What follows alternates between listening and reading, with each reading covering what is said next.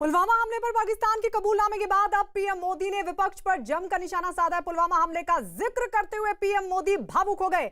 उन्होंने कहा कि कुछ लोगों ने पुलवामा हमले में भी स्वार्थ की भद्दी राजनीति की, पर देश विरोधी ताकतों के हाथों में खेलने से न देश का भला होगा न उनके दल का। उन्होंने विपक्ष को निशाने पर लेते हुए कहा कि पुलवामा पर राजनीति करने वालों को देश कभी माफ नहीं करेगा।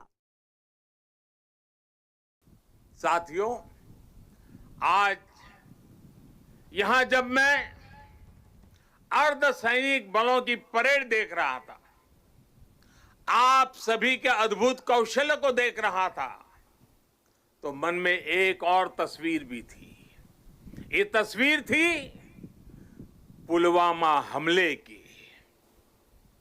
उस हमले में हमारे पुलिस बेड़े के हमारे जो वीर साथी शहीद हुए, वो अर्धसैनिक बेड़े के ही थे। देश कभी भूल नहीं सकता कि जब अपने वीर बेटों के जाने से पूरा देश दुखी था, तब कुछ लोग उस दुख में शामिल नहीं थे। वो पुलवामा हमले में भी अपना राजनीतिक स्वार्थ खोज रहे थे, अपना राजनीतिक स्वार्थ देख रहे थे। देश भूल नहीं सकता कि तब कैसी कैसी बातें कही गई, कैसे कैसे बयान दिए गए। देश भूल नहीं सकता कि जब देश पर इतना बड़ा घाव लगा था, तब स्वार्थ और अहंकार से भरी भद्दी राजनीति कितने चरम पर थी। और उस समय उन वीरों की तरफ देखते हुए मैंने विवादों से दूर रह करके सारे आरोपों को झेलता रहा, भद्दी भद्दी बातों को सुनता रहा।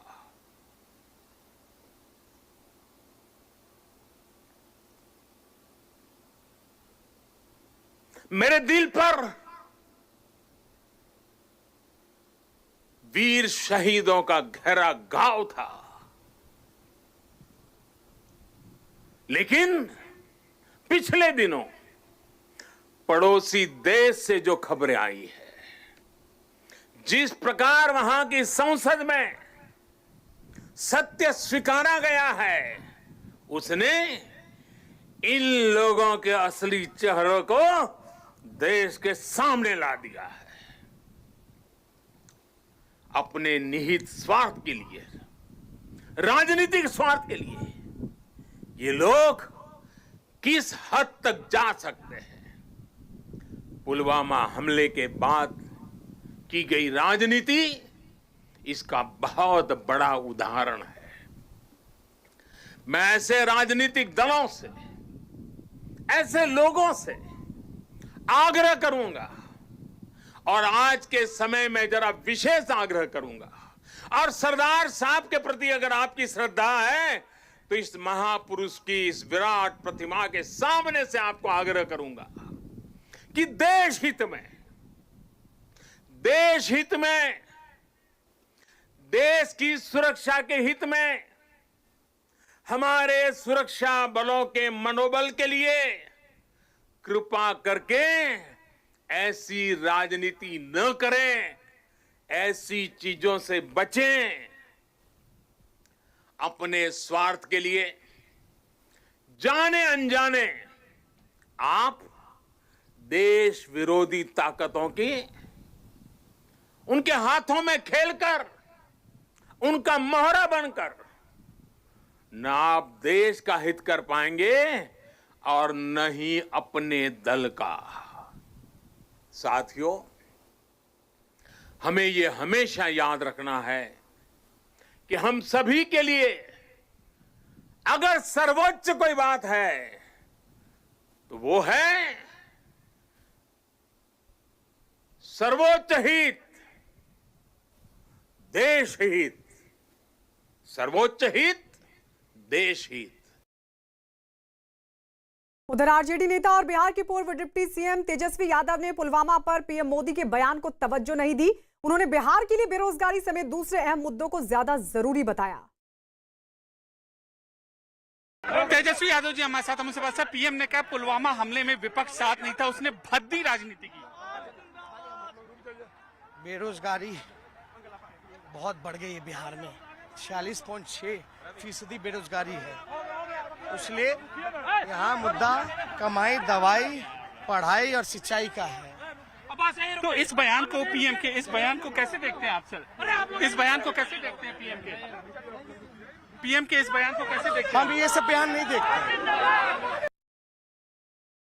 तो आरजेडी को डर तो है ही, और ज्यादा अमित पांडे हमारे सहयोगी बताएंगे क्योंकि लगातार वो वहां पर बने भी हुए हैं। और आरजेडी के नेता तेजस्वी यादव से अमित, आपने बात भी की है, क्या आरजेडी को वाकई डर है कि अगर ये चुनावी मुद्दा बन गया तो नुकसान उठाना पड़ेगा?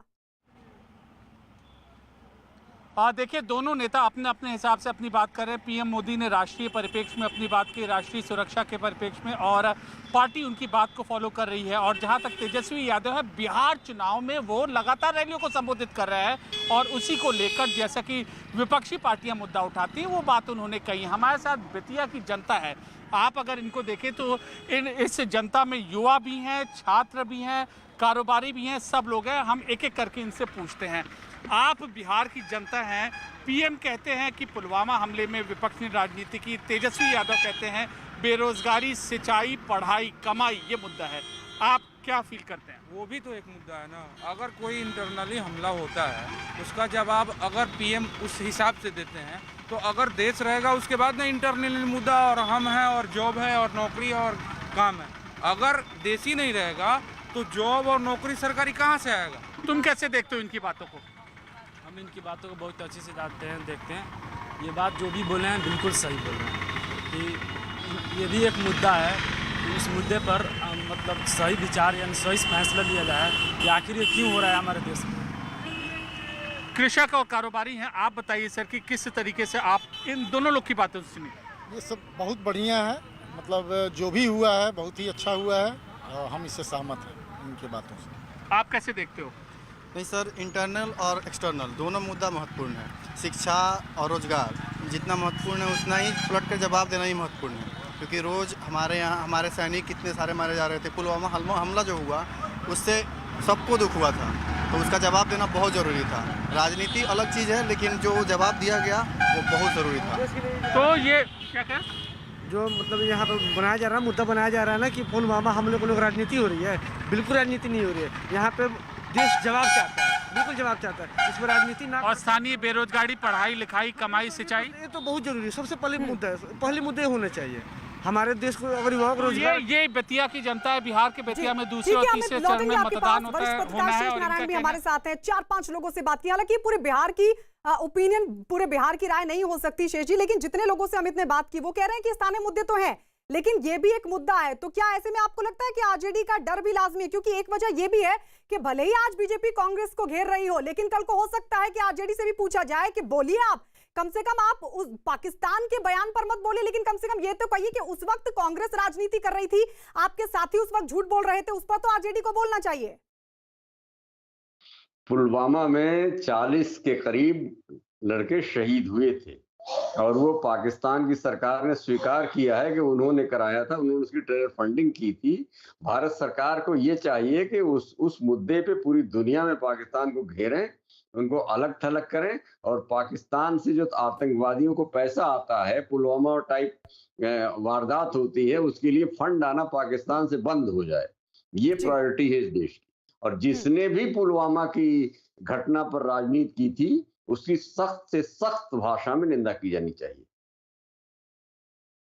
बिल्कुल। और इस बीच अपने दर्शकों को यह भी बताते चले कि पीएम मोदी के हमले के बाद बीजेपी के अध्यक्ष जेपी नड्डा ने भी कांग्रेस और दूसरे विपक्षी दलों पर बड़ा हमला बोला। उन्होंने आरोप लगाया कि राहुल गांधी ने पुलवामा हमले पर सवाल उठाए थे।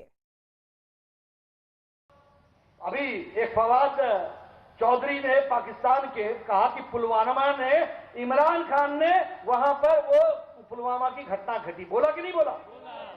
और ये हमारे जो नेता हैं कांग्रेस के राहुल गांधी, ये सबूत मांगते हैं, ये सबूत मांगते हैं, वो सवाल खड़े करते हैं। और राहुल गांधी जो दलील देते हैं उसको इमरान खान संयुक्त राष्ट्र में ले जाकर के उस दलील को रखता है कि देखो राहुल गांधी बोल रहा है कि धारा 370 हटनी चाहिए। ये हैं हमारे राष्ट्रभक्त इंडियन नेशनल कांग्रेस। मैं ठीक बोल रहा हूं कि गलत बोल रहा हूं? ऐसे राष्ट्रभक्त देखे आपने? बेचारा महात्मा गांधी जी भी शर्मा रहे हैं। उनको भी लगता होगा कि क्या हो गया, मेरा नाम चुरा करके इन्होंने क्या क्या कर दिया। वो भी नकली नाम लिया, ओरिजिनल तो गांधी जी मोहनदास करमचंद गांधी थे। ये तो नाम लेकर के चल पड़े। और नाम लेकर के क्या किया आप बताओ? पी चिदम्बरम ने कहा कि नहीं कहा कि धारा 370 हम समाप्त कर देंगे? बोला कि नहीं बोला?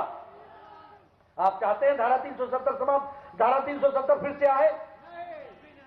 और चिदम्बरम ने कहा था कि नहीं कहा था कि हम वापस लाएंगे धारा 370? आप चाहते हैं कि वापस आए? आप बताइए, शशि थरूर ने लाहौर में जाकर के भारत की बेइज्जती की कि नहीं की? भारत के खिलाफ बोला कि नहीं बोला? और पाकिस्तान की डफली बजाई कि नहीं बजाई? ये जो मणिशंकर अय्यर है, इसने पाकिस्तान में जाके बोला था कि नहीं बोला था कि मोदी हटाओ?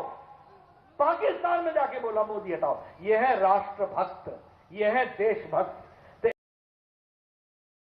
वहीं आरजेडी के नेता मनोज झा ने पुलवामा आतंकी हमले पर राजनीति करने के पीएम मोदी के बयान पर सवाल उठाए और कहा कि पुलवामा में जवानों की शहादत पर विपक्ष भी दुखी था। हमारे साथ आरजेडी के नेता और राज्यसभा के सांसद मनोज झा हैं। मनोज जी, प्रधानमंत्री ने गुजरात में भाषण दिया जिसमें पुलवामा का जिक्र किया और कहा कि कुछ लोगों ने अपने निजी स्वार्थ के लिए बदनाम करने की कोशिश की, शहादत का अपमान किया और बहुत सारे आरोप उन्होंने लगाए कि निजी स्वार्थ के लिए उस दुख में शामिल नहीं थे पुलवामा के, जिसमें पूरा देश शामिल था। हम तो शामिल थे। प्रधानमंत्री जी ने गौर किया कि नहीं किया? पूरा देश शामिल था। एक बात यकीन मानिए, देश के जवान जब शहादत देते हैं ना, तो आंसू हर आंख से गिरते हैं, किसी की आंख सूखी नहीं दिखती है। प्रधानमंत्री जी से आग्रह करूंगा कि देश और देश के जवान, उनकी शहादत पूरा देश एक तरह सोचता है, आतंक को लेकर के पूरा देश एक तरह से सोचता है। और हम तो अपनी सेना की प्रतिबद्धता के इतने कायल हैं कि शायद दुनिया की अलहदा अकेली सेना है जिसने विश्व में नक्शा बदल दिया, बांग्लादेश नाम के एक देश का जन्म दिया। उधर रक्षा मंत्री राजनाथ सिंह ने भी कांग्रेस पर हमला बोला। उन्होंने आरोप लगाया कि पुलवामा की घटना के बाद बालाकोट में सर्जिकल स्ट्राइक हुई और कांग्रेस सबूत मांग रही थी। अब कांग्रेस को माफी मांगनी चाहिए। तो ये ट्वीट रक्षा मंत्री राजनाथ सिंह ने किया। उन्होंने क्या लिखा ये वो भी आपको दिखाते हैं। पुलवामा की घटना के बाद बालाकोट में सर्जिकल स्ट्राइक हुई, कांग्रेस सबूत मांग रही थी। अब पाकिस्तान की नेशनल असेंबली में हुई बहस से स्थिति स्पष्ट हो गई। वहां के मंत्री कह रहे थे पुलवामा में हुई घटना में पाकिस्तान के प्रधानमंत्री का हाथ है। अब तो कांग्रेस को माफी मांगनी चाहिए। अमित हमारे सहयोगी लगातार बने हुए हैं। अमित, कुछ और लोगों से बातचीत कीजिए, क्योंकि जिन लोगों से आपने बात की वो कह रहे थे कि स्थानीय मुद्दे तो हैं ही, लेकिन ये मुद्दा भी होना चाहिए, क्योंकि अगर देश सुरक्षित है उसी के बाद भीतर सब सुरक्षित हैं। जी बिल्कुल, हम बेतिया में मौजूद हैं और यहाँ की जनता से ही हम पूछते हैं। रक्षा मंत्री और तमाम लोगों की ओर से कहा गया कि पुलवामा हमले को लेकर समय समय पर तथ्य पेश किए गए, सबूत पेश किए गए। इस बाबत आपकी राय क्या है? समय समय पर सबूत तो दिए गए हैं। अरविंद केजरीवाल जी के द्वारा सबूत मांगा गया था, राहुल गांधी के द्वारा सबूत मांगा गया था, तो बिल्कुल गलत था। इस मामले में सबूत मांगना नहीं चाहिए था। इस पर राजनीति विपक्ष किया था और ये हम लोग को बिल्कुल पसंद नहीं आया। बात सही कह रहे हैं, सत्य है, एकदम बिल्कुल सत्य है। राजनीति इस राजनीतिक में यही हुआ है कि रोजगार को बेरोजगार किया गया है। हम लोग अंचल चालक थे, पूरे बिहार के गाड़ी आया 2012 में, आज तक हम लोग का कोई कुछ नहीं किया। आज उसके बाद भी जो है होमगार्ड के जवान से काम लिया जाए, हम लोग को हटा दिया गया। एक राष्ट्रीय मुद्दा कह रहे, एक स्थानीय मुद्दा कह रहे, छात्र हैं कुछ। बेटा ये बताओ कि तुम्हारा जीवन इन दोनों मुद्दों से, स्थानीय मुद्दे और राष्ट्रीय सुरक्षा के मुद्दे से कैसे प्रभावित होगा? देखिए, हमें मुद्दा ये है कि हमें कोई राजनीतिक दल से हमें नहीं तरफ जाना है। ठीक है, बीजेपी हो, कांग्रेस हो, कोई भी पार्टी हो अच्छे काम करे, अच्छे कोई भी कार्य को अच्छे निर्णय ले। कोई भी पार्टी हो उससे हमको कोई मतलब नहीं हो, कांग्रेस जीते या बीजेपी जीते, लेकिन युवाओं को रोजगार चाहिए, हम लोग को रोजगार चाहिए। बिल्कुल हम लोग का यही मुद्दा है कि रोजगार के बगैर हम लोग अधूरे हैं। रोजगार और देश सुरक्षा ही हम लोग का असल मुद्दा है। हाँ, कोई भी पार्टी रोजगार मिलेगा कब? जब शिक्षा नीति जब सही से होगी तभी ना। शिक्षा सबसे पहले जरूरी है हम लोगों के लिए, छात्र के लिए सबसे पहले शिक्षा जरूरी है। यहाँ पे मान लीजिए सरकार किसी का बने, वो बीजेपी बनेगा उसका फायदा है, वो उसमें कांग्रेस का फायदा, लेकिन हम लोग के तो ये है छात्र के लिए कि हमें रोजगार मिले। ठीक है, यानी युवा वर्ग कह रहा है और युवा वर्ग की राय इस वक्त मुझे लगता है सबसे ज्यादा अहम है। युवा वर्ग, शेष जी आपका रिएक्शन इस पर? युवाओं से जब अमित बात कर रहे हैं तो युवा ये कह रहे हैं कि किसी की भी सरकार हो, हमें उससे मतलब नहीं। यानी एक वर्ग ऐसा भी है जो चाहता है कि उसे रोजगार मिले, चाहे सरकार किसी की भी बने। हाँ वो ठीक है, रोजगार तो सबको चाहिए, हमको तुमको भी रोजगार चाहिए। लेकिन राजनाथ सिंह ने जो बात की उस पर मैं कुछ कहना चाहूंगा। जी जी। राजनाथ सिंह ने जो बात कही वो बहुत गंभीर बात कही। उन्होंने कहा कि बालाकोट पे हमने उनको सबक सिखाने के लिए, क्योंकि भारत सरकार को मालूम था कि पुलवामा पे हमला पाकिस्तान ने कराया है, और उसका जब जवाब दिया गया और खैबर पख्तूनख्वा में जाके उनके यहाँ जब उनके टेररिस्ट ट्रेनिंग कैंप पे बम्बार्डमेंट किया गया, तो उस पर जो लोगों ने सवाल उठाया था गलत किया था। क्योंकि आज वो बगले झांक रहे होंगे जब वहां पाकिस्तान के पार्लियामेंट में उनका एक कैबिनेट मिनिस्टर कह रहा है कि साहब हमने किया था, और उसका जवाब अगर न दिया गया होता तो फिर कहाँ मुंह छुपा रहे होते। तो इसलिए जिन लोगों ने भी बालाकोट पर हमले को गलत बताया था या उसके सबूत मांगे थे, उनकी भी निंदा की जानी चाहिए। क्योंकि अब सरकार के पास सूचना थी कि पुलवामा का हमला इन्होंने कराया है, और लेकिन ये लोग कह रहे थे नहीं, आप अगर वो जवाब न देते, भीगी बिल्ली की तरह बैठे होते, तो आज हम कहाँ मुंह दिखाते। इसलिए जो राजनाथ सिंह का बयान है वो बिल्कुल सही है कि बालाकोट पे आपने जवाब मांगा, अब पाकिस्तान ही आप एडमिट कर रहा है। और जहां तक नड्डा वड्डा की बात है, भाई वो एक देश की सबसे बड़ी पार्टी के अध्यक्ष हैं, चुनाव जीतने गए हैं, तो जिस तरह भी चुनाव जीतना है वो बोलेंगे, उनकी बात को चुनाव की तरह ही लिया जाए। लेकिन प्रधानमंत्री और राजनाथ सिंह की बात वो सरकार की बात है, उसको सरकार की तरह लिया जाना चाहिए। बिल्कुल सरकार की तरह लिया जाना चाहिए। और भले ही पहली बार पाकिस्तान ने सच कबूला, लेकिन क्या ये टाइमिंग विरोधियों के लिए, विपक्षी दलों के लिए गले की हड्डी बन रही है? उस पर भी आपसे चर्चा करेंगे। लेकिन इस सब के बीच ये भी बता दें कि बीजेपी ने पुलवामा पर पीएम के बयान को सही ठहराया और इस मुद्दे पर राजनीति करने वालों से माफी की मांग की। हमारे साथ मौजूद हैं केंद्रीय कानून मंत्री रविशंकर प्रसाद जी। रविशंकर जी, देखा था हमने पुलवामा के मामले पर किस तरीके की राजनीति हुई थी। आज पीएम ने कहा कि जो भद्दी राजनीति उस समय हुई थी वो पूरे देश ने देखी थी। जहाँ तक पुलवामा का सवाल है, आज तो प्रधानमंत्री ने एक प्रकार से एक दूरदर्शी के नेता के रूप में अपील किया है। कम से कम अब तो देश की सुरक्षा के लिए एक हो जाओ दोस्तों, ये बहुत बड़ा उनकी अपील है। ये वही लोग हैं ना जिन्होंने पुलवामा का कहा था कि नरेंद्र मोदी को जिताने के लिए क्या साजिश रची गई है। उनके ट्वीट्स आपको याद होंगे। ये वही लोग हैं ना जिन्होंने उरी का सबूत मांगा था। ये वही लोग हैं ना जिन्होंने बालाकोट का सबूत मांगा था। ये वही लोग हैं ना जिन्होंने राफेल के बारे में देश में क्या क्या नहीं फैलाया था। तो क्या अभी उनको कुछ विचार करने की आवश्यकता है, समझने की आवश्यकता है, कुछ अपने अंदर इंट्रोस्पेक्ट करने की ज़रूरत है? सब करिए, राजनीति करिए, लेकिन देश के नैतिक साहस को कमज़ोर मत करिए और सेनाओं के तो साहस को कभी नहीं सवाल करिए। अब राहुल गांधी की अगुवाई में कांग्रेस पार्टी कितना समझेगी और यहाँ बिहार में महागठबंधन लोग उसको कितना समझते हैं, ये एक दीगर बात है। ये हमारे प्रधानमंत्री ने आज बहुत बड़ी ऊंचाई से देश में एकता का आह्वान किया है, मुझे लगता है स्वीकारेंगे। सर, लेकिन महागठबंधन और कांग्रेस का इस बयान के बाद जो बयान आया उसमें उन्होंने कहा है कि जानबूझ करके पाकिस्तान के मसले को तूल दिया जा रहा है बिहार के चुनाव में, क्योंकि एनडीए के पास बाकी मुद्दे नहीं है। यानी पुलवामा पर पीएम के बयान के बाद भी उन्होंने कहाँ बोला? केवड़िया में, गुजरात में न बोला। आज सरदार पटेल जयंती है कि नहीं है, मुद्दे क्या है तो बिहार में तो हम रोज तय कर रहे हैं ना। हमारे पास विकास है, हमारे पास आशा है, हमारे पास ऊर्जा है और डबल इंजन का आग्रह है। उनके पास क्या है छोड़ दीजिए आप। मैं अभी आज के दिन मुझे उनसे कुछ नहीं कहना है। अगर उनको प्रधानमंत्री के अपील पर इतना ही कहना है तो जिस तरह से कांग्रेस पार्टी सिकुड़ रही है और कितना सिकुड़ेगी ये भविष्य बताएगा। पुलवामा आतंकी हमले पर पीएम के बयान को लेकर न्यूज 18 ने पटना के लोगों की राय भी जानी। वहां के लोगों ने पुलवामा पर राजनीति करने के लिए पीएम के विपक्ष पर हमले को सही बताया। और कहा कि पुलवामा आतंकी हमले जैसी घटनाओं पर सरकार और विपक्ष को एक सुर में देश और सेना के साथ खड़ा होना चाहिए। प्रधानमंत्री नरेंद्र मोदी ने गुजरात से भाषण देते हुए कहा कि जब पुलवामा हुआ था तो उन पर इतने निजी हमले किए गए, उन्होंने बर्दाश्त किया। पाकिस्तान ने अब स्वीकार कर लिया है कि ये हमला पाकिस्तान की इमरान सरकार ने कराया और प्रधानमंत्री ने विपक्ष को निशाने पर लिया। हमारे साथ पटना की जनता है। प्रधानमंत्री को पटना चुनाव प्रचार के लिए एक बार फिर आना है। उनसे पूछते हैं कि प्रधानमंत्री के इस बयान के मायने क्या हैं। प्रधानमंत्री ने जब कहा कि विपक्ष के लोग उस दुख में शामिल नहीं थे जब पुलवामा में हमारे सैनिक शहीद हुए और विपक्ष राजनीति कर रहा था। देखिए, विपक्ष जो राजनीति कर रहा है, सैनिकों के शहादत पर राजनीति करना ही नहीं चाहिए। वो हमारे भारत माता के सपूत है, हम भी भारत माता के सपूत है। इस पर चाहे पक्ष हो या विपक्ष हो, इस पर तो राजनीति करना ही नहीं। ये गंदी बात है राजनीति करना विपक्ष का। आप बताइए कि प्रधानमंत्री ने कहा कि अब तो पाकिस्तान पड़ोसी देश ने स्वीकार भी कर लिया है, लेकिन उस वक्त उन पर बहुत हमले हुए। देखिए, सबसे पहले तो मैं अपने जवानों को खराज अकीदत पेश करता हूं कि जिन्होंने हमारे मुल्क के लिए और हमारी हिफाजत के लिए उन्हें अपने जान की आहुति दी। देखिए, जब जब प्रदेश के अंदर, हमारे मुल्क के अंदर चुनाव आता है, जब भी पाकिस्तान नज़र आता है। पुलवामा हमला से 2019 का चुनाव जीता गया।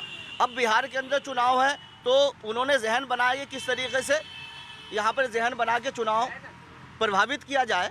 आई तेजस्वी जी यहाँ के मुख्यमंत्री बन रहे हैं, इसलिए प्रभावित करके आई से पहले पाकिस्तान ने क्यों नहीं दिया? वहाँ की सदन चली थी और जब भी बयान देते आज तक क्या नाम है सीबीआई जांच पुलवामा हमले की क्यों नहीं हुई, जहाँ पे हमारे 42 जवान शहीद हो गए। तो सवाल तो आप ही अपने ऊपर लगवाते हैं, हम लोग नहीं कर रहे हैं। प्रधानमंत्री जी, आपको चाहिए था कि पुलवामा हमले की सीबीआई जांच होती। जी, आप ये कह रहे हैं कि पुलवामा हमले की जांच होनी चाहिए। प्रधानमंत्री ये कह रहे हैं कि उस समय उन पर बड़े कीचड़ उछाले गए। बताइए। देखिए, हमारे भारत की जो आर्मी है, जो फोर्स है, वो हमारी जान है, हमारी शान है। और कोई भी उस पर उंगली उठाए या फिर उस पर राजनीति करे, या विपक्ष हो या पक्ष हो, भारतीय जनता पार्टी हो या विपक्ष में जो पार्टियां बैठी वो हो, इसमें तो किसी को भी राजनीति करनी ही नहीं चाहिए, क्योंकि ये हमारी हिफाजती इंतज़ाम के भी ख़िलाफ़ है। और हमारे हिंदुस्तान की जो आर्मी है उसकी भी राजनीतिकरण किया जा रहा है, तो गलत है। इसका कोई इस्तेमाल ना करें प्लीज़। और इस बीच आपको बता दें, बिहार के हाजीपुर में बीजेपी के राष्ट्रीय अध्यक्ष जेपी नड्डा ने रोड शो किया और हमारे सहयोगी विक्रांत यादव की उस पर यह रिपोर्ट देखिए। चरण का मतदान हो चुका है, चुनाव प्रचार अपने पूरे शबाब पर है। बीजेपी ने अपनी पूरी ताकत झोंक दी है। बीजेपी अध्यक्ष जेपी नड्डा लगातार बिहार में डेरा जमाए हुए हैं, लगातार रैलियों का दौर चल रहा है, रोड शो भी निकाला जा रहा है। आज देख सकते हैं नित्यानंद राय, केंद्रीय गृह राज्य मंत्री भूपेंद्र यादव, पार्टी के महामंत्री, उनके साथ ये हाजीपुर में रोड शो निकाला जा रहा है। हाजीपुर जो पार्टी का एक बड़ा स्ट्रॉन्ग क्षेत्र माना जाता है, 2000 से ही यहाँ पर बीजेपी के विधायक रहे हैं और उससे पहले नित्यानंद राय यहाँ से विधायक हुआ करते थे। और उसके बाद जब से उन्होंने गृह राज्य मंत्री बने, उसके बाद से बीजेपी ये सीट 2000 से कभी नहीं हारी है। तो एक तरह से पूरी तरीके से बीजेपी का गढ़ है और पार्टी की ये कोशिश है कि लगातार जीत का जो उनका रिकॉर्ड इस सीट पर रहा है वो आगे भी बरकरार रहे। कैमरामैन सुनील सागर के साथ विक्रांत यादव, न्यूज़ 18 इंडिया, हाजीपुर। तो बिहार के हाजीपुर की तस्वीरें हम आपको दिखा रहे हैं, किस तरीके से बीजेपी के जो कार्यकर्ता थे वो काफी उत्साहित नजर आ रहे थे। बीजेपी के राष्ट्रीय अध्यक्ष जेपी नड्डा की तरफ से रोड शो किया गया था और रोड शो के दौरान ये कार्यकर्ताओं की भीड़ आपके सामने। एक दौर के मतदान खत्म हो चुके हैं, दूसरे दौर का मतदान होना है और ऐसे में चुनाव प्रचार के बीच बीजेपी के राष्ट्रीय अध्यक्ष जेपी नड्डा पहुंचे और उन्होंने एक रोड शो किया।